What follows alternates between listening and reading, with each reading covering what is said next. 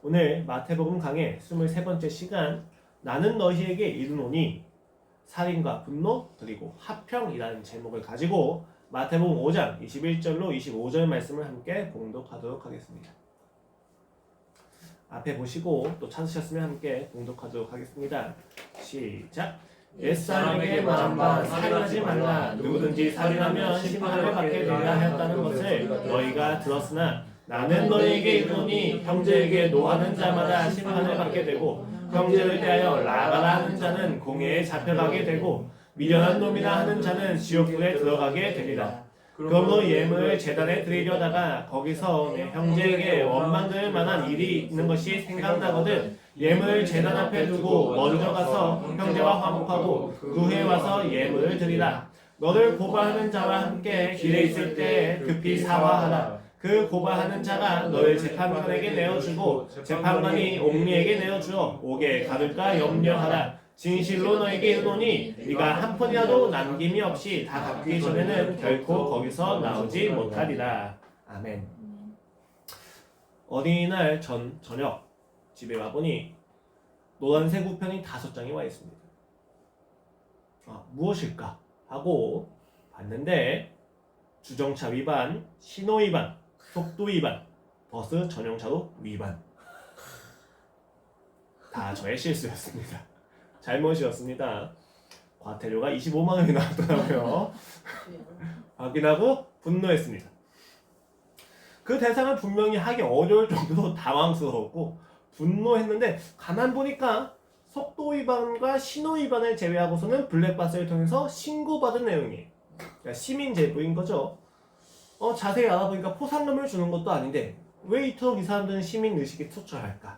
부터 생각을 해서 굉장히 많은 분노가 올라왔습니다. 왜 그토록 저는 분노했을까요? 조금 더 실제적으로 이야기해 봅시다.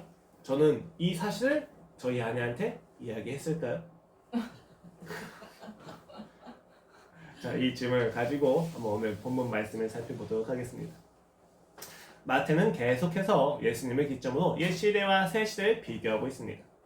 그의 목적은 옛 시대를 부정하는 것이 아니라 옛 시대를 온전히 품어내는 새로운 시대에 대해서 선포하는 것입니다. 옛 시대의 원리가 율법을 자신의 옳음과 노력으로 지켜내는 것이었다면 새 시대의 원리는 율법을 하나님의 옳음과 은혜로 누려내는 것이었습니다. 이전에는 의지였고 명분이었지만 이제는 긍휼과 사랑이었습니다. 서기관과 바리새인보다 더 나은 일은 결국 그 사랑을 가지고 율법을 행하는 것을 이야기하는 것입니다. 사랑입니다. 내가 하는 의지적인 사랑도 있지만 하나님께서 예수 그리스도의 십자가를 통해서 부어주신 사랑에 대해서 우리가 반응하는 사랑으로서의 율법의 본질이 완성이 되었다는 것입니다. 이제 마태는 본격적으로 새로운 시대에 이 시민들이 어떻게 살아나가야 되는지에 대해서 이전에 알고 있었던 율법을 어떻게 해석해서 어떻게 지켜내야 되는지에 대해서 하나씩 구체적으로 이야기합니다. 5장 21절로 48절에서는 너희는 들었으나 나는 너희에게 이르노니 라고 이야기하면서 6가지의 율법을 재해석하시고 6장 1절부터 7장 6절에 이르기까지는 무엇을 하지 마라 라고 하는 금지 명령을 가지고 율법에 대해서 다시 해석을 합니다. 또 이건 역시도 6가지입니다. 그리고 천국에 대해서 천국을 주제로 6가지 단편적인 내용을 통해서 우리에게 천국이 어떠한 것인지 어떻게 들어가는 것이며 어떻게 누릴 수 있는지에 대해서 구체적으로 이야기하십니다. 이렇게 내용이 끝나면 산상수훈 내용이 끝나는 것입니다. 이제 예수님은 본격적으로 율법을 지켜내는 인생이 어떠한지를 이야기하고 오늘 본문은 첫 번째로서 율법에 대해서 특히 분노 그리고 살인에 대해서 그 본질을 정확히 재해석하셔서 어떻게 지켜내야 되는지에 대해서 이야기하는 부분입니다. 오늘 본문에서 예수님의 논제는 간단합니다. 너희가 지금까지 살인하지 말라고 들어왔다. 왜? 심판받기 때문이다. 나는 너희한테 이르노니 살인하지 않는 것에 만족하지 말고 이제 화평을 실천해야 된단다 라고 이야기하고 있습니다. 본문 21절에 보면 살인치 말라라는 율법이 제시되고 22절로 26절까지는 예수님의 명령이 덧붙여집니다. 이때 그 명령들은 매우 획기적이었어요. 살인하지 않음으로 자신의 옳음을 드러내고 있는 사람들에게 예수님은 심판받는 살인과 분노하는 것과 나가라 하는 것과 미련한 자가 모멸하고 경멸하는 것이 똑같다라고 이야기하시는 거예요. 굉장히 충격적인 이야기입니다. 그리고 23절로 24절에는 그러므로가 붙어서 화평해야 된단다 라고 종교적인 부분과 사회적인 부분에서도 이야기하고 계십니다. 우리는 이 본문을 가지고 굉장히 많은 설교를 들어왔습니다. 예를 들면 분노하지 마라. 왜냐하면 분노는 곧 살인과 같기 때문이다. 라는 내용이죠. 혹은 분노하지 않는 것은 불가능하니까 지키라고 주어진 것이 아니라 은혜를 누리게 하기 위해서, 은혜를 바라게 하기 위해서 하나님께서 명령하신 것이다. 라고 들어왔습니다. 한쪽은 율법을 지키는 극단이고 한쪽은 은혜를 누리는 극단입니다. 그러나 두 가지 모두 자신의 옳음을 드러내기 위한 수단으로서 율법을 바라보고 있다는 점에선 동일합니다. 오늘 본문에서 단순히 율법과 은혜를 분리해서 이야기하는 것일까요? 율법을 완전히 부정하거나 율법을 완전히 긍정하는 것은 어떻게 되는 것입니까? 율법 자체가 그 인생의 기준이 되어 있다는 것입니다. 그리고 그것은 그의 삶에서 은혜가 율법과 분리되었다는 것을 의미합니다. 이것은 어떤 경우에서나 하나님의 옳음을 드러내는 것과는 무관해집니다. 왜 그렇습니까? 분노를 하지 않는 것으로 가게 되면은 그것 또한 살인하지 않는 것과 같은 율법을 지키는 내용이 되는 것이고, 은혜를 받아라고 이야기하는 것은 율법에 주어진 목적을 정확히 모르는 거예요. 단순히 은혜만 받으라고 율법이 주어진 것이 아니라는 것입니다. 오늘 성경은 은혜를 근거로 율법을 지키라고 이야기하고 있습니다. 정확히 말씀드립니다. 그러므로 라고 이야기하면서 시작한 이유도 예수님께서 율법을 은혜를 근거로 지키라고 명령하시기 때문입니다. 단순히 분노하지 말자는 내용이 아니며 단순히 불가능하기 때문에 은혜만 받아야 된단다 라고 하는 내용이 될 수 없다는 것입니다. 그렇다면 마태의 의도는 무엇입니까? 살인과 같은 본질의 분노를 멈추어라. 그 분노를 참지 못하는 너에겐 은혜가 필요하다. 이 정도가 아니라 그 분노를 잘 다스려야 된단다입니다. 무엇으로? 은혜를 근거로 말입니다. 그래서 형제와 화해해야 되는 것이고 또 사회적으로 고발당하지 않기 위해서라도 사화, 즉 화해해야 된다고 이야기하는 것입니다. 그렇다면 우리는 이렇게 질문합니다. 무엇을 통해서 어떻게 우리는 분노를 다스릴 수 있습니까? 이 원리를 먼저 살펴보기 전에 제가 아까 말씀드렸던 것처럼 왜 우리가 이 율법을 은혜를 근거로 지켜야만 하는지에 대해서 정확히 이야기 드리도록 하겠습니다. 놀라운 말씀입니다. 너희는 이렇게 들었다 라고 이야기하는 것을 통해서 이스라엘 백성들은 무엇을 떠올립니까? 모세 5경 자신들의 삶에서 지켜야만 하는 율법들에 대해서 떠올리게 될 것입니다. 그런데 예수님께서 그 내용과 대비하시면서 나는 너희에게 이르노니 라고 이야기하십니다. 나가 여기서 모세와 대등하게 비교가 되는 것입니다. 이것은 모세와 대등하거나 보다 높은 권위를 지니고 있다는 것을 의미하고 있습니다. 이때 예수님께서 하시는 이야기는 무엇이었습니까? 예수님께서 구약을 버리셨다, 폐지했다 이 얘기가 아니죠. 본문을 보면 그러므로 라고 이야기하면서 이제 본문을 보면 살인을 한 번 하면 심판을 받는다가 논지입니다. 그렇죠? 앞서서 예수님이 율법을 이야기하실 때 살인하면 심판받기 때문에 하지 말라라고 너희가 들어왔다라고 이야기한단 말이에요. 논리는 살인을 하면 심판을 받는다가 논지입니다. 그런데 예수님께서 명령하시는 내용을 보십시오. 분노하고 나가라 하고 미련한 자고 이야기하면 어떻게 됩니까? 심판을 받고 공회에 잡혀가게 되고 또 지옥에 간다고 합니다. 잘못을 하면 처벌을 받는다가 똑같은 논리예요. 지금 예수님은 여기서 율법을 부정하시거나 폐지하지 않고 계셔요. 오히려 그 율법의 논리를 그대로 사용하고 계시죠. 여러분 율법은 다시 말씀드립니다. 율법은 변형하거나 수정하는 내용이 아닙니다. 율법은 완전하고 거룩합니다. 그래서 예수님은 율법을 무언가 흠이 있고 결여되었기 때문에 더해진 것이 아니라 율법 자체를 심화시키십니다. 더 깊은 내용으로. 자, 지금까지 우리는 율법을 이룰 수 없는 불가능으로 상정을 하고 하나님의 은혜에 더욱더 바라는 수단 정도로 이해를 해왔어요. 우리는 지킬 수 없으니까 율법을 통해서 하나님의 은혜를 구해. 맞는 말이에요. 틀린 말이 아니에요. 그런데 여기서 우리가 가끔 오해하는 것이 무엇이냐면 율법을 지키지 않아도 돼라고 이야기한다. 도덕법과 시민법, 의식법이 다르다고 말씀을 드렸습니다. 시민법과 의식법은 충분히 바뀔 수 있지만 도덕법은 바뀌는 게 아니에요. 하나님 사랑과 이웃 사랑에 관한 본질은 지켜진다는 것이죠. 그런데 우리는 때때로 오해하는 거예요. 율법이 완전히 폐지되었으니까 우리가 그냥 누리자. 율법이 폐지됐으니까 이 율법을 통해서 하나님의 은혜를 누려야 된다. 이게 아니라는 거예요. 오늘 예수님은 율법을 심화시키고 있습니다.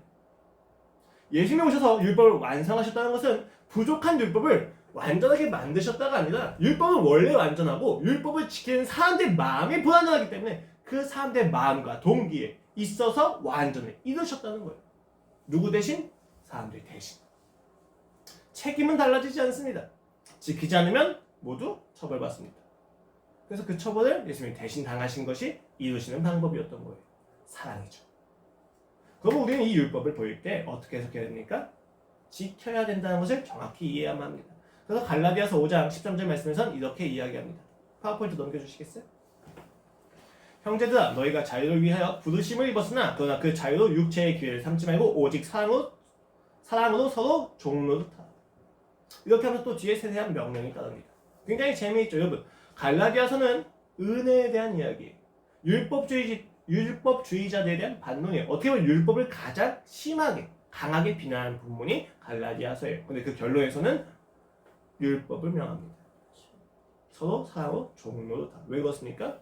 은혜가 근거로 되면 율법을 지켜야 될 율법이 있기 때문이에요. 로마서 10장에서는 또 이렇게 이야기합니다. 4절 말씀입니다. 그리스도는 모든 믿는 자에게 의를 이루기 위하여 율법의 마침이 되십니다. 율법의 마침이 누구십니까? 예수님이십니다. 그래서 11장에서는 그 믿음을 은혜로 해석하면서 유대인들마저도 구원을 받을 수 있다고 이야기하세요. 그리고 12장에서 무엇을 이야기합니까? 너희 몸을 산 제사로 드리라 라고 이야기하면서 15장에 이렇게까지 굉장히 세세한 사랑의 율법들을 이야기합니다. 그뿐만이 아니죠. 고린도전서, 고린도후서 거기서 모두 굉장히 많은 율법들이 명해집니다. 이웃을 위해서 하면 술과 담배 그리고 우리가 우상 숭배에게 바쳐진 재물주도 먹으면 안 된다는 이야기까지 해요. 굉장히 세심하고 굉장히 구체적으로 율법을 명하고 있습니다. 이렇게 율법을 명하는 근거는 무엇입니까? 예수 그리스도의 은혜입니다. 예수님의 율법을 다 이루셨다는 것입니다. 그러므로 우리는 기억하십시오. 율법을 지켜야만 합니다. 맞습니다 여러분. 우리는 율법을 완전히 지킬 수는 없습니다. 그렇기 때문에 은혜를 바랍니다. 그래서 은혜를 누리는 것입니다. 그러나 이 이야기가 단순히 율법을 지키지 말라는 것을 의미하지는 않습니다. 오히려 예수님은 그렇기 때문에 더욱 율법을 지키라고 이야기하십니다. 왜 그렇습니까? 너희가 율법을 지키다 실수하고 실패하고 부족하다 할지라도 이 십자가의 은혜가 너희를 벌떡벌떡 일으켜 세우기 때문이다라는 것입니다. 율법을 지키셔야만 합니다. 예배 드리십시오. 기도 드리십시오. 말씀 보십시오. 이웃을 돕고 명분을 행하며 아픈 자를 치료하셔야만 합니다. 교회로서의 율법을 다 행하셔야만 한다는 거예요. 그 안에 은혜가 더욱 부어지기 때문입니다. 그러나 여러분이 말씀을 보지 않고 기도하지 않고 예배 드리지 않는다고 해서 구원이 취소되지는 않는다는 겁니다. 율법은 율법으로서의 이유가 있는 겁니다. 그러나 기억하십시오. 모든 율법은 사랑으로 하셔야 됩니다. 그것이 오늘날 시대에 떨어진 율법의 구체적인 본질입니다. 이때 율법은 우리를 교만하게 하지 않고 거룩하게 하고 우리를 참된 생명신 예수 그리스도에게로 이끌어가게 해주는 것입니다. 그러므로 우리는 앞으로 이어지는 모든 상상순을 어떻게 봐야만 합니까? 지켜야만 하는 것으로 봐야만 합니다. 지킬 수가 없으니까 하나님의 은혜만 받아자가 아니에요. 지켜야만 하는 것으로 봐야 됩니다. 그런데 여기서 오해가 있어요. 아까도 말씀드렸지만 살인과 분노를 똑같이 이야기하니까 분노하지 말자로 간다는 거예요. 그렇지 않다는 거예요.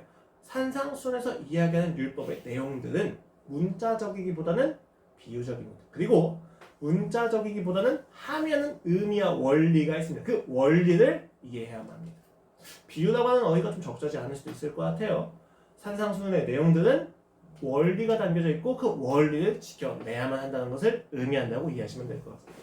이제 그렇다면 이러한 관점에서 분노에 대해서 하나씩 살펴보도록 하겠습니다. 구약에서 살인하지 말라고 이야기합니다. 그리고 신약에서 예수님께서 분노까지 하지 말라고 하고 누군가를 경멸하거나 욕설도 하지 말라고 이야기하십니다. 그 내면에 그 이면에는 어떤 원리가 있어서 우리가 무엇을 지켜야만 하는가 이 부분을 살펴보도록 하겠습니다. 먼저 예수님은 살인하면 심판받는다는 사실을 명확히 이야기하십니다. 그리고 분노를 이야기하십니다. 여기서 우리는 먼저 살인과 분노의 관계를 살펴봐야만 합니다. 아까도 앞서서 말씀드렸지만 살인을 하면 심판을 받는다고 이야기하셨고 분노하거나 라가다 하거나 미련한 자를 이야기하면 심판받고 공회에 가고 지옥에 간다까지 이야기하십니다. 정확히 원어로 가면 지옥 불굴에 들어간다고 이야기하시는 겁니다. 논리는 똑같습니다. 잘못하면 처벌을 받는다는 것이죠. 우리가 가끔 은혜를 착각하는 것이 잘못을 해도 처벌받지 않는다고 생각하거나 처벌이 없어진 특혜라고 생각합니다. 그렇지 않습니다. 복음은 내가 받아야 되는 처벌이 없어졌다가 아니라 내가 받아야만 하는 처벌을 그가 당하셨다는 것입니다. 처벌은 단 한순간도 없어진 적이 없습니다. 그렇기 때문에 우리는 감격하게 되고 방종하지 않게 되는 것이죠. 이런 의도에서, 이런 점에서 본문의 의도는 죄와 처벌을 비교하는 건 아닙니다. 오늘 본문의 의도는 오히려 그 심판의 내용을 강화시켜 나가고 있어요. 굉장히 재밌죠, 여러분? 원래 심판이라고 하는 단어에는 지방법정의 결정, 지방법원에서의 결정이라고 하는 의미를 담고 있습니다. 그래서 분노하면 지방법원에서 심판을 당합니다. 판단을 당하죠. 그런데 라가라고 하면 어디로 갑니까? 공회, 사대대인 공회죠? 중앙법원으로 갑니다. 그리고 마지막에 미련한 자고 이야기하면 어디까지 갑니까? 지옥에 들어갑니다. 여기 지옥은 흰놈 골짜기 이야기하는데 당시에 쓰레기를 불태워 없애는 곳이었어요. 구약의 배경에서는 그 왕들 중에 누구죠? 아하스하고 문하세 시대에 엮어서 인신공양을 드렸어요. 그런데 이 흰놈 골짜기는 시체가 가득하고 불이 항상 불타는 곳이었다고 그들의 인식이 있습니다. 이 흰놈 골짜기에 들어가게 될 거다라고 이야기하는 거예요. 심판과 처벌이 계속 강화되고 있죠. 여기서 우리는 의문을 가집니다. 무엇입니까? 아니, 살인을 하면 죽임을 당합니다. 그렇죠? 그런데 분노하고 라가라고 미련한 자라고 이야기한 건 살인보다 조금 덜한 죄 같단 말이에요. 그런데 심판은 오히려 더 강합니다. 여기서 의아한 거예요. 아니, 살인보다 덜한 걸 했는데 왜 우리가 더 큰 심판을 당해야만 하지? 내가 물 한 잔에 떨어뜨렸다고 해서 싸대기 맞진 않아도 되잖아요. 그런데 지금은 마치 물 한 잔을 떨어뜨렸는데 그것 때문에 싸대기를 맞는 것과 같은 심판을 당한다는 거예요. 이렇게 오히려 대비시키는 것을 통해서 예수님이 하고자 하시는 말씀이 무엇이냐? 간단합니다. 당시의 유대인들은 살인을 하지 않았으니까 나는 율법을 지켰어라고 생각했어요. 그러나 살인을 하지 말라고 하는 율법의 목적은 단순히 율법을 사용해서 내 의를 지켜내는 것이 아니었다는 말이에요. 율법을 지키면서 자신의 옳음을 목적으로 자신의 옳음을 드러내는 것이 아니라 그 사실에서, 그 율법에서 우리가 살인하지 말라 속에 있는 이웃사랑의 율법을 성취하는 걸로 가야 되는데 유대인들이 지금 율법을 어떻게 이해하는 거예요? 나 자신을 지키기 위한 자기 방어로 활용을 하고 있다는 거예요. 내 옳음에 집착하고 있다는 거예요. 그러니까 그러한 사실에 만족하면 안 된다라고 이야기하시기 위해서 지금 율법을 대비해서 이야기하신다는 겁니다. 단순히 내면적인 것을 확대하셨다 정도에서 끝나는 것이 아니라 지금 율법의 목적을 전혀 오해하고 있는 유대인들을 지적하시는 거예요. 율법은 너희의 옳음을 지키거나 드러내기 위해서 하는 것이 아니라 하나님의 옳음을 드러내고 거기에 너희가 참여하기 위한 거란다. 살인하지 않는 것에 만족해서는 안 된다 라고 이야기하시는 겁니다. 여기서 예수님은 분노와 살인을 동일하게 이야기하십니다. 굉장히 재밌죠. 살인을 하지 않았다고 만족해? 너는 이미 분노했잖아. 이미 율법을 지키지 못하는 거다. 너희가 그토록 살인하지 않았다는 것을 이유로 지키고 있는 너희의 그 높은 의를 예수님이 무너뜨려 버리시는 겁니다. 그것은 의가 아니야 라고 이야기하시는 거죠. 그렇다면 살인과 분노는 어떤 점에서 같은 본질을 지니고 있습니까? 10계명을 보시면 굉장히 간단하죠. 1에서 4계명까지는 하나님에 대한 것이고 5에서 10계명까지는 이웃에 관한 것입니다. 왜 이런 순서와 구성을 가지고 있느냐? 간단합니다. 1에서 4계명이 지켜지면 자연스럽게 5에서 10계명이 지켜지기 때문입니다. 하나님만의 유일한 신이시고 주인이시고 창조주이십니다. 그렇다면 우상 숭배할 필요가 없어지게 됩니다. 그리고 그 이름을 가볍게 여길 이유가 없어집니다. 그리고 그 이름을 기념하고 그가 내 삶에서 행하신 것들을 누리는 안식일을 지키게 됩니다. 1에서 4계명 이렇게 이어지고 나면 그 창조주 하나님이 나의 아버지라는 것에 대한 확인이 됩니다. 그러면 더 이상 내게 주어지는 환경과 상황과 조건을 부정할 필요가 없습니다. 내게 주어진 환경과 상황을 단순히 부정하거나 부족하다고 욕할 필요가 없고 원망할 필요가 없게 됩니다. 그러면 자연스럽게 부모를 공경합니다. 상대의 존재를 존중합니다. 간음하지 않아도 되고 도둑질하지 않아도 되고 거짓말과 탐낼 필요가 없어지게 됩니다. 왜? 그 유일한 하나님이 나의 충분한 조건이 되시기 때문입니다. 그 창조주 하나님이 나의 주인이시기 때문입니다. 여기서 살인과 분노는 같은 본질을 지닙니다. 무엇입니까? 내게 주어진 조건이 부족하고 그 부족함에 대해서 지적하거나 드러내 보여주는 상대방에 대한 적입니다. 내가 원하지 않는 사람입니다. 나를 원하지 않는 사람입니다. 우린 그러한 사람들에 대해서 분노를 가집니다. 그 분노를 가지고 죽이고 싶습니다. 그 사람을 없애고 싶습니다. 굉장히 재밌죠? 죄송합니다. 이렇게 표현하는 것을 이렇게 이야기하는 게 조금 더 이해가 쉬울 것 같아요. 또다이 보존 법칙이 있죠. 그렇죠? 3명 있으면 셋 중에 1명은 또 나이가 분명합니다. 이상해요. 진짜 교회에서도 그래요. 항상 이 사람만 없으면 난 행복해질 수 있는데 이 사람만 없으면 이 공동체가 좀 더 즐거울 텐데 라고 얘기를 항상 이 한 사람이 있어요. 근데 우리 공동체는 그런 사람이 없는데 누가 또다이라고요? 너무 직설적으로 얘기하지는 않겠습니다. 자, 항상 공동체에는 내가 살아가는 상황에는 나를 싫어하는 사람이 있거나 내가 싫어하는 사람이 있습니다. 우리는 그를 왜 싫어합니까? 하나님을 믿지 않기 때문입니다. 이 사람이 있으면 나의 행복과 나의 조건과 나의 원함이 부정된다고 느껴지는 겁니다. 그때 우리는 분노합니다.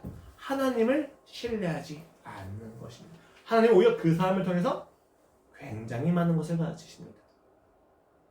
나를 싫어하거나 내가 싫어하는 사람을 통해서 우린 굉장히 많은 것을 배우는데 그 하나님을 신뢰하지 못하니까 우리의 반응이 분노도 올라오는 것입니다. 이러한 죄에 대한 지적은 두렵고 또 괴로운 일입니다. 예수님께서 하나님께서 이 사람이 틀렸다를 보증해주지 않으시고 내가 이 사람을 싫어하는 것을 통해서 내가 틀렸다는 것을 보여주실 때마다 내 의가 무너진 것은 굉장히 아픈 일입니다. 이런 상태에서 예수님은 분노하지 마라 라고 이야기하지 않으신다는 겁니다. 분노를 다스려라 라고 이야기하십니다. 성경에는 굉장히 많은 분노의 모습이 있습니다. 모세가 가나안 땅에 들어오지 못한 이유도 분노였습니다. 그러나 예수님이 하나님의 영광을 위해서 성전을 깨끗하게 하신 것도 분노였습니다. 분노 자체는 중립적입니다. 그렇기 때문에 분노는 다스려야 된다고 이야기하는 것이죠. 왜? 분노는 중립적이고 인정할 수 있지만 그 분노가 내 인생의 주인이 될 수는 없기 때문입니다. 아담과 하가 동산에서 쫓겨났습니다. 자녀를 낳았죠. 가인과 아벨입니다. 가인이 아벨을 시기해서 그를 죽이려고 합니다. 그때 죽이기 전에 분노하고 있을 때 하나님이 오셔서 이렇게 이야기하신다. 창세기 4장 6절 말씀입니다. 여호와께서 가인에게 이르시되 네가 분하여 함은 어찌 됨이냐? 왜 분노하고 있냐? 안색이 변함은 어찌 됨이냐? 네가 선을 행하면 어찌 낯을 들지 못하겠느냐? 선을 행하지 아니하면 죄가 문에 엎드려 있느니라. 죄가 너를 원하나 너는 죄를 다스릴지니라. 굉장히 재밌죠. 분노하고 있는 가인을 통해서 하나님이 지적하신 건 분노가 아니었어요. 무엇이었습니까? 죄였습니다. 그리고 그 죄를 다스리라고 이야기하십니다. 제가 오늘 표현을 분노를 다스리라고 이야기했지만 정확하게 표현한다면 그 분노 안에 있는 죄를 다스리라고 이야기하는 것입니다. 이 분노가 나의 주인 삼는 것을 다스리라고 이야기하시는 겁니다. 분노가 나의 인생의 주인이 된다면 그것은 죄입니다. 분노는 우리의 주인이 될 수 없습니다. 분노는 어디까지나 우리의 수단 중에 하나입니다. 어떤 수단입니까? 나를 표현하는 수단 중에 하나일 뿐입니다. 그런데 이것이 나의 주인이 되었을 때 하나님은 이야기하십니다. 죄를 다스려라. 그럼 우리는 분노를 다스려야만 합니다. 우리는 분노에게 우리의 주권을 빼앗기면 안 됩니다. 여기 다스리라고 하는 표현 자체도 통치와 주권과 관련되는 이야기입니다. 죄가 나를 다스리거나 분노가 나를 다스리는 것이 아니라 내가 그 분노를 다스려야만 한다는 것입니다. 이것을 여러분 잘 이해하셔야만 합니다. 분노에 나를 맡기거나 혹은 분노를 무조건 부정하는 것도 똑같은 겁니다. 분노를 그냥 무조건 부정하는 것도 우리가 마치 분노를 다스리는 거고 생각합니다. 분노를 다스리는 것, 감정을 통제하는 것, 내가 분노하고 화가 나지만 내 화가 분노를 그를 표현하지 않는 것, 억압하는 것을 우리는 다스린다고 오해할 때가 있습니다. 그러나 분노는 억압하는 것도 아닙니다. 분노는 화가 난 건 잘 표현해야 되는 것이죠. 가끔 과도하게 분노를 통제하지 못하는 사람들이 있습니다. 이 사람들의 특징은 무엇입니까? 짜증이 나도 분노하고 슬퍼도 분노하고 화가 나도 분노하고 행복해도 분노합니다. 이 사람들에겐 표현의 수단이 분노밖에 없는 게 문제입니다. 이 사람들의 인생은 분노가 완벽하게 주인 삼고 있습니다. 그러나 여러분 어떤 사람들은 그 분노 자체를 하지 않는 것을 마치 좀 더 질적으로 높은 인생이라고 착각을 합니다. 그러나 여러분 다 아십니다. 분노는 억압하면 억압할수록 누수되거나 폭발됩니다. 분노는 억압하는 것이 불가능합니다. 왜 그렇습니까? 감정이기 때문에. 감정은 감춘다고 감춰지는 게 아닙니다. 중요한 건 분노를 지혜롭게 잘 표현하는 것입니다. 혹은 가끔은 참을 때도 있고 기다려야 될 때도 있는 거죠. 그리고 그 분노의 대상을 정확히 이해해야 되는 것입니다. 분노를 적극적으로 부정하거나 분노를 적극적으로 인정하는 것, 끌려다니는 것 모두 분노가 그 삶의 기준이 되어 있는 것입니다. 분노는 분노일 뿐입니다. 분노를 너무 크게 생각하지 마십시오. 분노의 가치는 분노만큼만 있다는 것입니다. 이것을 잘 이해하지 못하면 분노하면 할수록 내가 가지고 있는 슬픔이 표현이 안 됩니다. 상대가 알지는 못하게 되는 거예요. 혹은 분노를 하지 않으면 안 할수록 상대는 내 감정을 알 수가 없게 됩니다. 분노는 적절하게 표현되어야만 하는 수단입니다. 중립제입니다. 이것을 정확히 이해하셔야만 합니다. 그렇기 때문에 우리는 분노를 다스려야 되는 거고, 이 분노를 다스린다는 것은 분노가 나의 인생의 주인이 되는 것을 거절하셔야만 한다는 것입니다. 근데 이 분노를 어떻게 다스릴 수 있습니까? 우리는 이미 이 대답을 알고 있습니다. 율법에 대해서 이야기를 해왔거든요. 율법의 목적은 나의 옳음을 드러내는 것이 아니라 하나님의 옳음을 드러내는 것에 있고 참여하는 것에 있습니다. 마찬가지입니다. 분노 역시도 나의 옳음을 드러내기 위해서 하는 것이 아니라 하나님의 옳으심을 드러내는 것을 위해서 사용하는 것입니다. 구체적으로 표현하면 나를 사랑하기 위해서 하는 것이 아니라 하나님을 사랑하기 위해서 이 분노를 표현하는 것이 가장 적절한 것입니다. 그래서 오늘 본문은 그러므로 라고 이야기하면서 살인과 분노의 본질이 똑같다는 것을 말한 이후에 그러므로 라고 이어가면서 화평하라 라고 이야기하는 것입니다. 이 화평은 두 가지로 나타납니다. 첫 번째는 예배의식이었고 두 번째는 사회 구조적인 맥락에서 긴급함과 관련이 됩니다.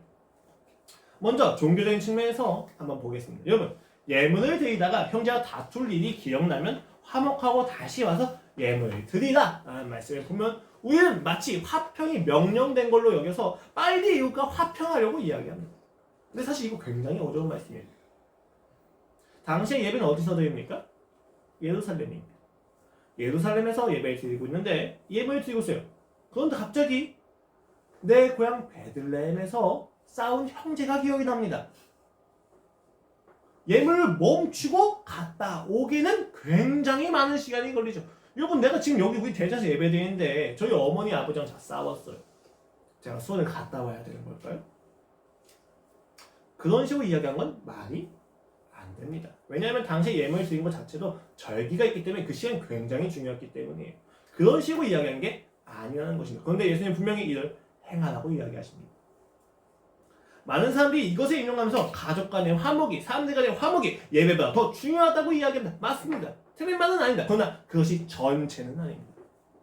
예수님은 때때로 가족보다 진리가 더 중요하다고 이야기하기도 하십니다. 그렇다면 이 말씀을 우리는 어떻게 해석해야만 하는가? 라는 것을 이해해야만 합니다. 이것을 잘 이해하지 못하면 모순이 보이는 거예요. 바리새인과 서기관들에 대해서는 7번을 저주하시면서 화평하지 않으셨습니다. 그런데 예수님은 절기를 다 지키셨습니다. 예수님은 자신의 말씀을 지키지 못하는 모순 속에 있으신 겁니까? 그건 문자적인 의미가 아니라는 거예요. 예배보다 관계성이 더 중요하다는 것을 의미하기 위해서 오늘 이 본문이 사용된 게 아닙니다. 이 본문의 의도는 예배를 명분으로 이웃사랑을 포기하지 말라는 것입니다. 이것은 매우 중요한 다스림의 이야기예요. 우린 굉장히 많은 경우 분노를 통해서 내 옳음을 입증하려고 합니다. 왜 소리칩니까? 내가 옳다는 것을 소리치지 않으면 알아주지 않기 때문입니다. 왜 학생들이 그토록 쉽게 욕을 배웁니까? 욕을 하면 놀래요. 놀랜다는 건 뭐예요? 내가 가지고 있는 표현과 마음의 관심과 반응을 보였다는 거예요. 내가 지금까지 엄마 나 힘들어요 라고 할 땐 모르던 엄마가 내가 욕을 한번 하니까 너 왜 그러니? 라고 관심을 보여줬다는 거예요. 내가 가지고 있는 마음을 잘 표현하는데 분노가 너무 적절하다고 생각하는 거예요. 거짓말이죠. 왜요? 내가 힘들다는 얘기를 욕을 한번 하는 것을 통해서 관심을 끄면 엄마가 진짜 내 마음을 압니까? 아니죠. 얘가 반항하네? 라는 생각이 듭니다. 분노는 오히려 그것을 흩어버립니다. 그런데 우리는 더 분노합니다. 왜요? 우리가 생각할 때는 분노를 해야만 더 그가 내 말을 잘 들을 것 같기 때문입니다. 분노를 해야만 나의 옳음이 드러나는 것 같기 때문입니다. 분노하면 상대가 나의 옳음을 인정해줄 것 같은 느낌이 되기 때문입니다. 명분은, 정확히 말씀드립니다. 명분은 분노를 합리화시킬 수 없습니다. 예배를 드린다는 사실이 오늘 여러분의 삶에서 이웃사랑이 나타나지 않는다는 것을 합리화시킬 수 없습니다. 내가 예배 드려야 되니까 오늘 엄마 아빠랑 싸운 것을 뒤로 밀어도 돼 라는 것이 합리화될 수 없다는 것입니다. 왜? 예배의 목적은 옳음을 드러내는 것이 아니라 하나님을 사랑하는 것을 가기 때문입니다. 예배 자체를 명분으로 격화시켜서 사용하는 것에 대해서 분노하시는 겁니다. 예수님. 어떻게 예배가 이웃사랑과 대척되는 것처럼 사용될 수 있니? 어떻게 예배가 너희의 분노를 합리화시킬 수 있는 수단이 될 수 있니? 예배의 목적이 사랑인데, 예배의 목적이 하나님과 이웃을 사랑하는 것인데 어떻게 너희가 이웃을 사랑하지 않는 것을 예배를 통해서 합리화할 수 있니? 그럴 수 없다. 예배를 드리기 전에 화해하고 와 라고 강하게 표현하시는 겁니다. 이 사실을 알지 못하면 우린 예배 드리기 전에 화해해야만 한다는 것을 또 다른 의무로 삼아서 명분으로 삼아서 화해를 굉장히 폭력적으로 행할 것입니다.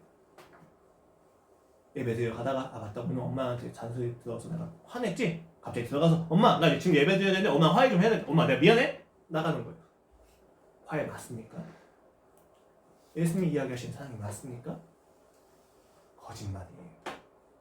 그런 식으로 의도된 말씀이 아니라는 것입니다.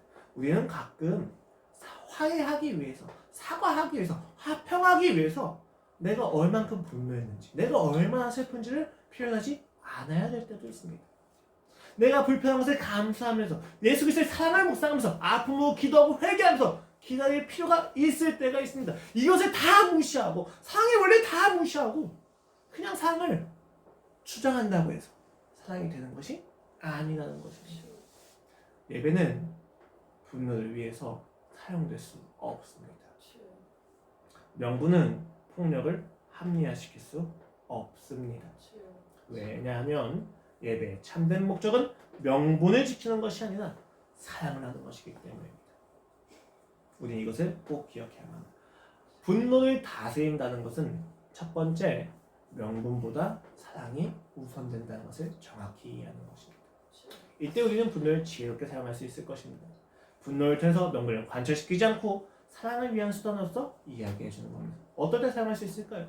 나의 자녀가 절벽으로 한없이 걸어 들어가고 있을 때 우리는 가끔 분노해야만 합니다. 분노하지 않으면 경각심을 느끼지 못할 때가 있기 때문입니다. 분노의 수단은 여기서 결정이 되는 겁니다. 얼만큼 상대를 지혜롭고 깊이 사랑할 수 있느냐는 것입니다. 두 번째는 고발하는 자와 함께 있을 때 최대한 빠르게 화해하라고 이야기하는 부분입니다. 사회적으로 확장된 상태에서 긴급함을 이야기합니다. 단서가 붙습니다. 옥에 끌려가 가두어져서 돈을 다 갚기 전에는 나올 수가 없다고까지 이야기합니다.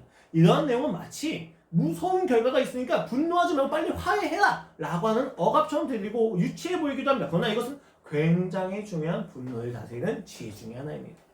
이 예수는 단순히 화해하라는 것을 넘어서 화해를 해야 할 이유 중에 하나가 있는데 그 하나가 바로 긴급성이라고 이야기합니다. 당시 문화에서는 고발하는 자가 피고와 함께 재판장으로 동행합니다. 재판장은 동행하는 그 길에서만 합의를 할 수가 있어요. 마지막 기회인 거예요. 평소에도 뭐 이것저것 하다가 마지막엔 결국 재판장한테 같이 가야 돼요. 이 같이 가는 길이 마지막 화해 순간이에요. 이 순간을 넘어가서 화해하지 못하면 그는 감옥에 갈 수밖에 없는 것입니다. 지금 분노하지 말고 화해하라는 것이 그만큼의 긴급성을 가지고 있다는 것을 의미합니다. 이것은 우리가 최후의 분노의 결과가 결코 선하지 않다는 것을 알라고 이야기합니다. 여기 굉장히 재밌어요. 분노는 고집을 항상 동반합니다. 남자분들 잘 아실 거예요. 한번 분노하고 나면 내 이야기가 틀렸다는 것을 알지만 어떤 논리를 사용해서도 내 의견이 맞다는 것을 관철시켜야만 합니다. 설거지를 했습니다. 설거지하는데 이제 찌꺼기가 좀 남아있어요. 아내가 이러죠. 야, 왜 이거 설거지 이렇게 했어? 근데 그날 기분이 좀 안 좋아서 야, 남편이 설거지했으면 고맙다고 얘기를 먼저 해. 찌꺼기 가지고 얘기하냐? 라고 이야기가 나오는 거예요. 그리고 나서 이해가 또 진행이 됩니다. 안 끝나요? 그럼 아내 아니 네가 열심히 안 했다는 게 아니라 찌꺼기가 남아있으니까 좀 더 같이 잘하면 좋겠다고 얘기하는 거야. 아니 지금 네가 하는 말이 하다가 인식합니다. 그치 별게 아닌데? 하지만 분노 한계 있어요. 고집을 부려야만 합니다. 나는 사과받고 싶어. 아무것도 안 됩니다. 분노는 고집을 동반합니다. 분노는 그 끝이 아름답지 않다는 것을 모르게 합니다. 눈을 가리게 하는 거예요. 여러분 그렇게 제가 아내한테 얘기하면 제 끝이 어떨 것 같습니까? 행복할 것 같습니까? 한 30분 후에 무릎 꿇고 빌고 있을 겁니다. 미안하다고. 내가 잘못했다고. 선하지 않습니다. 분노는 끊임없이 우리로 하여금 분별을 잃게 합니다. 고집을 부리게 합니다. 이때 예수님이 하시는 이야기가 그것입니다. 지금 넘어가면 감옥에 갇힌단다. 나올 수가 없단다. 그러니까 빨리 화해하라. 분노는 너희 삶의 주인이 되어서는 안 된단다 하는 이야기입니다. 나를 지키기 위해서 분노했지만 오히려 상대를 자극시켜서 더 큰 싸움을 불러일으킵니다. 시험을 망쳤습니다. 부모님이 화를 냅니다. 왜 냅니까? 자녀가 행복해지기를 원했었죠. 더 열심히 공부하기 위해서. 그러나 부모가 화를 내면 낼수록 자녀는 더 열심히 공부를 안 합니다. 공부를 더 열심히 한다 해도 행복과는 상관하지 않게 열심히 하게 된다는 것입니다. 분노가 원하는 목적이 맞습니까? 아니라는 거죠. 집에 맛있는 스팸을 사두었습니다. 직장을 다녔는데 없어져 있어요. 누가 먹은 거지? 대답이 없어서 장난이십니다. 야, 걸리면 평생 스팸만 먹게 할 거야. 생각해보니까 좋은 건데? 하지만 일단 이렇게 얘기합니다. 평생 스팸만 먹어야 돼. 갑자기 아들이 일어나서 그건 너무하잖아요, 아빠. 아무리 스팸을 누가 아빠가 사는 걸 먼저 먹었다고 해서 그렇게 하는 건 너무한 것 같아요. 분노합니다. 누가 범인이에요? 아들이죠. 아들이 얼만큼의 대의 명분이 있어서 갑자기 분노하겠습니까? 분노한 게 이런 거예요. 오히려 내가 감추려고 하는 것을 드러내 보여주고 내가 지키려고 하는 것을 무너뜨려 보이는 것입니다. 분노가 다스려지지 않을 때, 분노가 나 인생의 주인이 되었을 때 우리의 인생은 망가집니다. 우리의 인생은 파괴됩니다. 분노가 나를 지켜주고 우린 굳게 믿습니다. 그러나 분노는 우리를 더욱더 지키지 못하게 하고 더 수렁으로 끌게 갑니다. 우리를 지켜내는 것은 분노가 아니라 사랑입니다. 만약에 분노가 우리를 지켜낼 수 있다면 하나님은 분노만 하셨을 겁니다. 통제하고 압제하셨을 겁니다.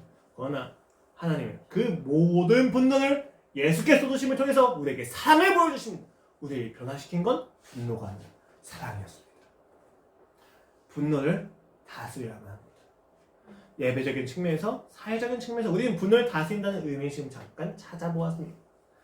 첫째는 명분보다 사랑이 중요하다는 것이고, 둘째는 분노의 열매가 굉장히 악하다는 것입니다. 이것을 알았을 때 우리는 분노를 다스릴 수 있습니다. 그리고 공통적으로 이를 통해서 예수님이 강조하는 것은 화평입니다. 분노를 하지 않았다에 만족하는 것이 아니라 이웃사랑을 적극적으로 실천하는 것으로 나아가게 하시는 겁니다. 여러분, 우리는 율법을 지켜야만 한다고 했습니다. 하지 말라라고 하는 금지 명령이 담고 있는 바는 이웃을 사랑하라고 하는 적극적인 명령을 함에 대했다는 것을 이해해야 되는데, 우리가 유대인이 어떻게 이해했던 겁니까? 하지 말라고 했으니까 하지 않으면 다야라고 생각합니다. 우상 숭배를 하지 말라고 합니다. 그래서 신을 섬기지 않는 무신론이 됩니다. 맞습니까? 아니죠. 우상 숭배를 하지 말라는 건 유일신이신 하나님만 믿으라는 것입니다. 율법은 이렇게 적극적인 측면을 담는 금지 명령을 이야기하는데 그들이 그것을 이해하지 못하니까 예수님이 다시 해석해 주는 겁니다. 율법의 본질은 이웃과 하나님 사랑이다. 하나님과 이웃 사랑이라고 이야기하는 것입니다. 분노는 살인과 같은 본질을 지니고 있습니다. 화평한 문맥에서 잠깐 보겠습니다. 분노는 살인과 같은 본질로 불신을 지니고 있습니다. 앞에서 살펴보았죠. 하나님에 대한 불신이 우리에게 분노와 살인을 불러일으킵니다. 이 분노와 살인은 분열을 일으킵니다. 가인을 보십시오. 아벨에게 분노가 있는 것처럼 보였지만 사실은 하나님께 분노가 있었던 것이고 결국 자신이 보죠? 농사하고 있는 그 모든 곡물로부터 땅으로부터 거절을 받게 됩니다. 분열입니다. 불기입니다. 무엇이 그것을 가져왔습니까? 분노가 인생의 주인이 되었을 때 하나님과 이웃과 자연 모든 만물과 분열되는 것입니다. 하나님은 이야기하십니다. 분열을 다스리라고. 그리고 이야기하십니다. 화평하라고. 분열을 일으키는 것이 아니라 하나가 되게 하는 것입니다. 여기서 우리는 분열을 다스리는 본질을 합니다. 하나가 되게 하기 위한 분노는 괜찮지만 분열시키는 분노는 적합하지 않다는 것입니다. 그러나 여러분, 제가 지금 여러분한테 평화주의, 박애주의, 비폭력주의를 이야기하는 건 아닙니다. 왜냐하면 나치도 하나를 만들기 위해서 분노했기 때문입니다. 그러나 그들은 근거가 없습니다. 그러나 우리는 근거가 있습니다. 하나로 만들기 위해서 허락된 분노는 무엇입니까? 예수 그리스도의 십자가 외에는 어떤 것도 하나가 될 수 없다는 사실을 정확히 아는 것입니다. 그 십자가로만 하나가 될 수 있다는 것을 알기 때문에 그 십자가의 사랑을 분노하고 그 십자가의 사랑을 멸시하는 것에 대해서 우리는 분노하는 겁니다. 십자가 예수 그리스도의 보혈과 그 예수 그리스도의 사랑을 부정하면서 하나를 추구하고 하나를 주장하는 것에 대해서 우리는 분노하는 것입니다. 세계의 박애주의에 대해서 왜 우리는 분노합니까? 그 박애주의가 하나를 만들 수 없기 때문입니다. 나치에 대해서 왜 분노합니까? 인종차별의 삶을 하나로 만들 수 없기 때문입니다. 무엇이 우리를 하나로 만들 수 있습니까? 무엇이든 분열하지 않고 화평하게 할 수 있습니까? 예수 그리스도의 십자가의 보혈만이 그것이 우리를 화평하게 한다는 것이에요. 담을 허물어버리는 것입니다. 이것을 반대하는 모든 것에 대해서 우리를 분노하는 것이다. 그래서 예수님이 성전을 정화시킵니다. 장사치들이 예배의 본질을 어긋내는 것에 대해서 분노하시는 거예요. 왜? 예배만이 그들을 하나로 만들 수 있기 때문입니다. 십자가의 은혜를 아는 것에서 화평이 시작합니다. 굉장히 재밌죠, 여러분?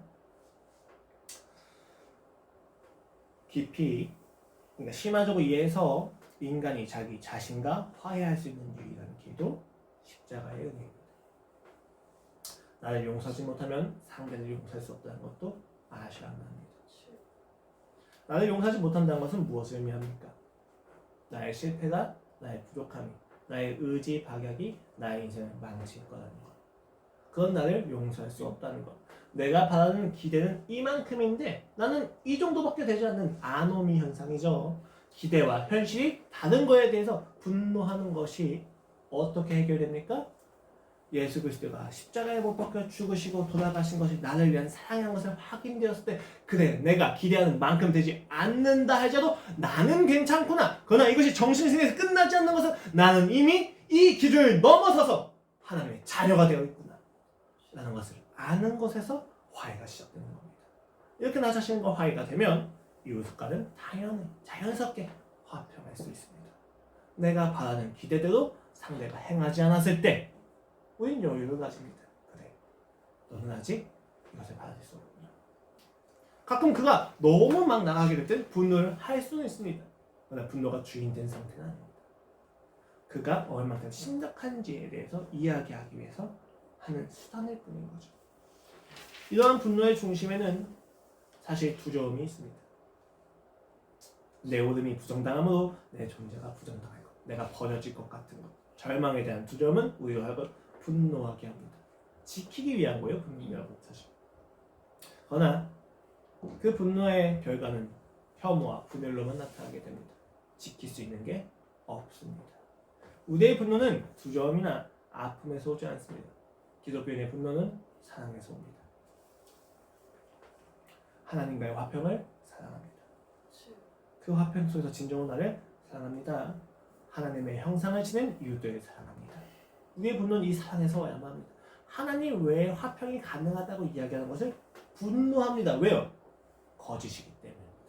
그것은 하나가 될 수 없기 때문입니다. 하나님을 부정하고 하나님의 이름을 짓밟으며 분열을 초래하는 거짓된 하나님에 대해서 우리는 분노합니다. 왜요? 하나님만이 우리의 화평되는 것을 알고 있기 때문입니다.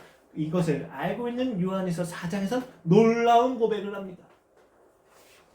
16절 말씀입니다. 한 번만 넘겨주세요. 넘겼어요. 넘겼어요? 네, 감사합니다. 주제가 최고예요. 하나님이 우리를 사랑하시는 사랑을 우리가 알고 믿었나니 하나님은 사랑이시다. 사랑 안에 거하는 자는 하나님 안에 거하고 하나님도 그의 안에 거하시느니라. 이로써 사랑이 우리에게 온전히 이루어진 것은 우리도 심판날에 담대함을 가지게 하려 함이니 주께서 그러하심과 같이 우리도 이 세상에서 그러하리라. 사랑 안에 두려움이 없고 온전한 사랑이 두려움을 내쫓나니 두려움에는 형벌이 있습니다. 두려워하는 자는 사랑 안에서 온전히 이루지 못하였느니라. 사랑 안에 왜 두려움을 쫓아냅니까? 인간은 모두 율법주의, 인과성, 원인과 결과라고 하는 것 안에서 자신이 원인이 되고 그 세상의 보상의 결과가 되는 인생 속에 살아갑니다. 근데 자신이 그 원인으로서 충분하지 못하다고 했을 때 세상의 보상은 세상의 처벌이 되고 그 처벌되는 것에 대해서 우리는 두려움을 가집니다. 그래서 심판날에 담대함을 가지는 게 무엇입니까? 심판날에 나를 원인으로 서게 되면 두려울 수밖에 없어요. 왜? 나는 완전하지가 않거든요. 심판날에 어느 누구도 담대함을 가질 수가 없습니다. 누가 감히 하나님 앞에서 완전을 자랑할 수 있습니까? 없다는 거예요. 그럴 수 없습니다. 그런데 오늘 요한은 이야기합니다. 심판날에 담대함을 가지게 하려 함이니. 왜요? 그 원인이 더 이상 내가 아니다. 예수 그리스도의 사랑이기 때문에. 그래서 그 사랑 안에는 두려움이 없습니다. 그 사랑 안에는 두려움이 없고 그 두려움에 형벌이 없어지는 겁니다. 이어서 보겠습니다. 우리가 사랑하면 그가 먼저 우리를 사랑하셨습니다. 누구든지 하나님을 사랑하노라 하고 그 형제를 미워하면 이는 거짓말하는 자니 보는 바 그 형제를 사랑하지 아니하는 자는 보지 못하는 바 하나님을 사랑할 수 없느니라. 이웃을 사랑하는 것이 보이지 않는 하나님에 대한 사랑의 힘을 보여준다는 겁니다. 우리가 이 계명을 주께 받았나니 하나님을 사랑하는 자는 또한 그 형제를 사랑하리라. 율법의 완성입니다. 이것이 우리가 다 쓰여야 될 분노의 기준입니다. 사랑하십시오. 사랑을 통해서 분노하십시오. 사랑으로 분노를 다스리십시오. 무엇이 그토록 두렵습니까?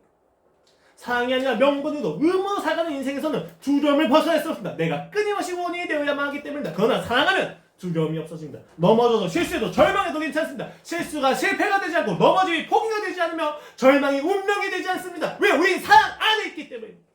우린 분열되지 않고 화평 가운데 있기 때문입니다. 십자가로 하나님과 화평을 누리십시오. 그리고 십자가로 하나님과 화평을 누리지 않는 모든 것에 분노하십시오. 십자가가 아니면 우리를 하나도 만들 수가 없기 때문입니다. 과태료 이야기 다시 해봅시다. 저는 아내에게 그 사실 이야기했을까요? 이야기 바로 했습니다. 바로라고 이야기하지만 그 짧은 5분간의 텀 속에서 굉장히 많은 고민을 했습니다. 이걸 이야기하면 아내가 어떻게 받아들일까? 아내가 화내지 않을까? 두려웠습니다. 아내의 분노가 왜 두렵습니까? 나의 존재가 부정되는 것 같은 느낌이 들기 때문이에요. 아내가 분명히 조심히 운전하라고 했고 과속하지 말라고 했고 신호 위반하지 말라고 했습니다. 버스 저정차를 제가 인용할 때 이거 이상한데 이러면 안 될 것 같은데 하고 이야기했습니다. 그러나 그때 제가 이야기했습니다. 괜찮아. 그렇지 않다는 것이 드러나는 것이 두려웠습니다. 그런데 이야기했습니다. 왜요? 잘못된 건 잘못한 거고 이것 때문에 저희 아내와 저의 관계가 파괴되지 않는다는 것을 알고 있기 때문입니다. 감춰봤자 고십니다. 감춰봤자 하루 이틀이지 결국은 다 봅니다. 사랑이 있다면 두렵지 않습니다. 이것도 하나님의 역사하시면 받아들일 수가 있는 겁니다. 다만 지혜는 필요합니다. 표현할 때 어떻게 표현해야 됩니까? 야 나 이거 했는데 아이씨 이러네 돈 좀 내야겠다 라고 하면 화가 나죠. 어떻게 표현해야 됩니까? 야 이거 진짜 너무 어떻게 하지 여보? 자책과 진짜 화난다 분노를 적절하게 보여주시. 그러면 아내가 아유 괜찮아 라고 이야기합니다. 제가 이것을 이야기하시는 까닭은 그 예시가 성공했기 때문입니다. 이런 비밀을 이야기하는 게 저한테 손해예요. 저희 아내가 바로 앞에 있기 때문에. 하지만 여러분 두려워하지 않아도 됩니다. 사랑 가운데 있으니까 잘못에 두렵지 않습니다. 이것이 여러분 마음대로 살라고 하는 방종을 의미하지 않습니다. 사랑하니까 더 조심하게 되는 겁니다. 사랑은 무너지지 않습니다. 하나님의 사랑은 포기되지 않습니다. 그것이 우리가 가진 분노의 근거입니다. 말씀을 정리하겠습니다. 예수님은 본격적으로 율법을 재해석하십니다. 그리고 재해석은 단순히 은혜로 율법을 폐기하는 것이 아니라 율법을 절대적으로 생각하게 하는 것이 아니라 두 방법 속에서 나의 의를 나의 옳음을 드러내는 것으로 율법을 사용하는 것이 아니라 하나님의 옳음을 드러내게 하기 위한 방법으로서 은혜를 근거로 율법을 명령합니다. 그가 이루셨기 때문에 명령하시는 겁니다. 오늘 첫 번째로 살인하지 말라는 명령이 재해석됩니다. 당시에 유대인들은 살인하지 않는 것으로 만족하니까 예수님은 살인과 분노가 같은 본질에 있다는 것을 폭로하시면서 살인하지 말라는 율법의 본질은 이웃을 사랑하라 그리고 화평하는 것이다 라는 것을 다시 한번 밝혀주십니다. 불신이 하나님을 향한 불신이 우리의 삶에서는 분노로 나타나기도 하고 살인으로 나타나기도 합니다. 그렇기 때문에 분노 역시도 허락할 수가 없는 것입니다. 여기서 예수님은 그 분노를 다스리는 것이다 라는 주제로 전환시키십니다. 그것의 내용이 바로 화평입니다.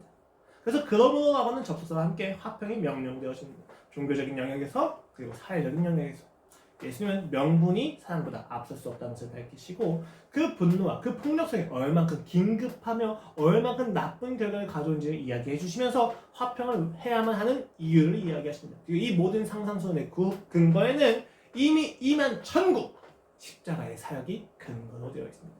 그것을 근거로 우리는 분노하지 말고 화평을 행해야만 합니다. 문자적으로가 아니라 사랑을 행하는 방식으로 말입니다. 이 사랑을 적절하게 행사하는 방식으로서 분노는 다스려져야 합니다. 예수님은 신자가 분노를 다스리기를 원하십니다. 그리고 그 다스림은 화평을 구체해야 됩니다. 이 화평은 십자가의 보혈을 근거로 하나님과의 화평이며 나와의 화평이며 그 결과로 이웃과의 화평입니다. 분열이 아니라 하나됨입니다.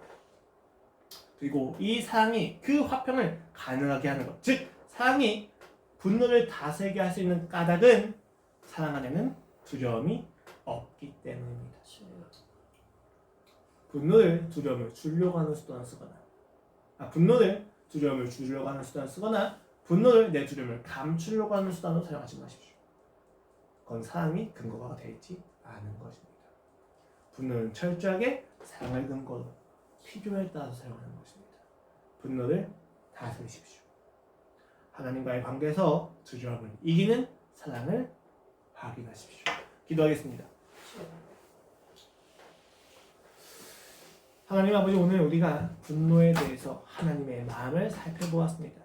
살펴보니 주님, 정말로 많은 시간 두려움이 나의 주인이 되어서 분노가 나의 주인이 되어서 살아온 것을 보게 됩니다. 상대에게 두려움을 주기 위해서 분노했고 나의 두려움을 감추기 위해서 분노했습니다. 그러나 주님, 감춰진 것도 없으며 지켜진 것도 없습니다. 아버지, 나의 인생의 주인은 하나님이십니다. 내 인생의 주인은 사랑입니다.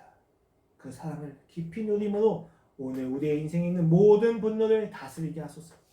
이제 이 율법을 지키기를 원합니다. 예수님이 지키셨기 때문입니다.